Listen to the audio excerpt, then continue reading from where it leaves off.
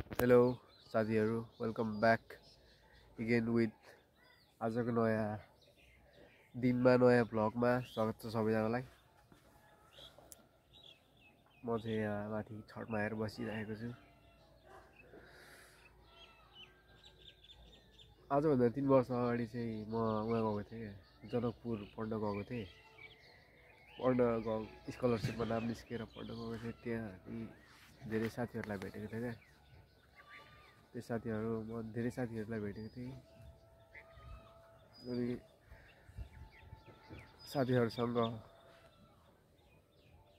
नयाँ साथीहरूसँग भेटिएको थियो। नयाँ साथीहरू कहाँ कहाँको थियो क्या, डोटी पश्चिमको पूर्वको सबैतिरको साथीहरू थियो। झापाको, बैतडीको, दार्चुलाको, हुम्लाको, जुम्लाको, डोल्पाको बवाल साथीहरू, टाढाको साथीहरूलाई भेटेको थिएँ त्यतिखेर। अनि तिनीहरूको आज चाहिँ अब याद आइरहेको छ। त्यतिखेर होस्टेलमा बसेको, रमाइलो गरेको, डुल्न गएको, फुटबल खेल्न गएको, तरकारी किन्न गएको, बजार बवाल हुन्थ्यो क्या त्यतिखेर। केटाहरूसँग गइन्थ्यो, यहाँ ग्रुपमा भएर माछा ल्याइन्थ्यो किनेर, सबै पार्टी गरिन्थ्यो। केटाहरूले होस्टेलमा अब पार्टी गरेर सिक्किमेहरू लिएर पार्टी गरेर अब रैला गरेको छ। केटाहरू अब रैला गर्थ्यो, एकदम बवाल हुन्थ्यो क्या। तिनीहरूको चाहिँ एकदम आज चाहिँ मलाई याद आइरहेको छ। केटाहरू ऐडी, निश्चल, कान्त, एरिक, प्रकाश, केटाहरू साथीहरू टन्नै थियो। सुमित, सर्फराज, पासवान झन् रैला गर्ने। त्यो साथी चाहिँ केटा सरलाई सिराको होला, सिराको हो क्या। मधु साथीहरू दामी थियो क्या तिनीहरू। अब कमेडी गर्ने, कमलजित भन्ने थियो क्या, त्यो पनि एन्टिक थियो, अब कमेडी गर्थ्यो क्या। अनि त्यस्तै हुन्थ्यो क्या। दामी होस्टेलमा बस्यो, 3 वर्षसम्म बस्यो पढ्यो। तर पास आउट चाहिँ गर्न सकिनँ, किनकि इन्जुरी भयो क्या। लास्ट सेमेस्टर बाँकी थियो, त्यतिखेर चाहिँ एकदम इन्जुरी भयो खुट्टा। त्यही भएर यसो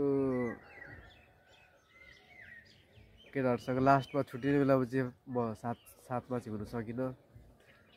त्यही पनि अब केटाहरूको चाहिँ याद आइरहेको छ आज। केटाहरू आफ्नो कहाँ होला अहिले थाहै छैन होइन। कोहीसँग कन्ट्याक्ट भएको छैन, एक दुईजनासँग कहिलेकाहीँ कन्ट्याक्ट हुन्छ। अनि त्यही हो, भेट चाहिँ भएको छैन अहिलेसम्म। 6 महिना जति भइसक्यो छुटेको, 6-7 महिना भइसक्यो छुटेको केटाहरूसँग। अनि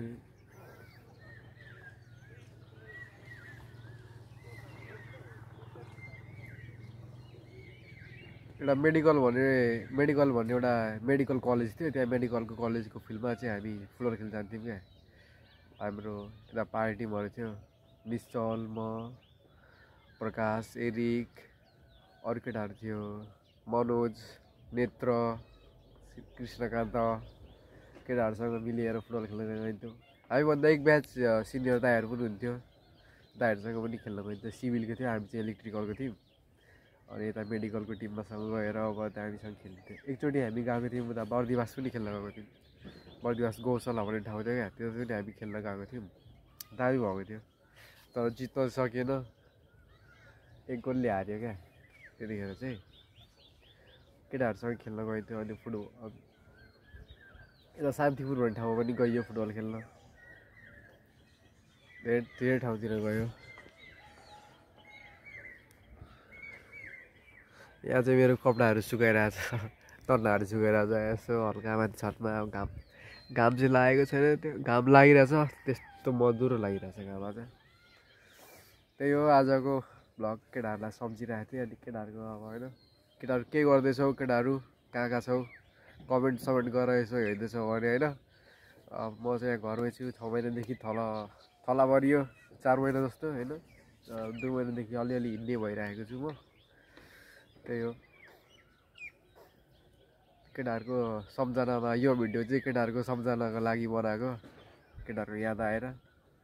केटाहरू अहिले कहाँ होला, केटाहरू पश्चिम केटाहरू दार्चुला, हुम्ला, जुम्ला, डोटी, बैतडी, झापाको केटाहरू एउटा सन्देश भन्ने साथी थियो क्या, उसले पनि सेकेन्ड सेमेस्टरदेखि नै छोड्यो क्या। ऊ चाहिँ बिए पनि गर्यो, अनि बिए पनि गरेर ऊ चाहिँ अहिले विदेशमा छ। केटाहरूसँग दिवस भेटियो, झापाको केटाहरूसँग भेटियो,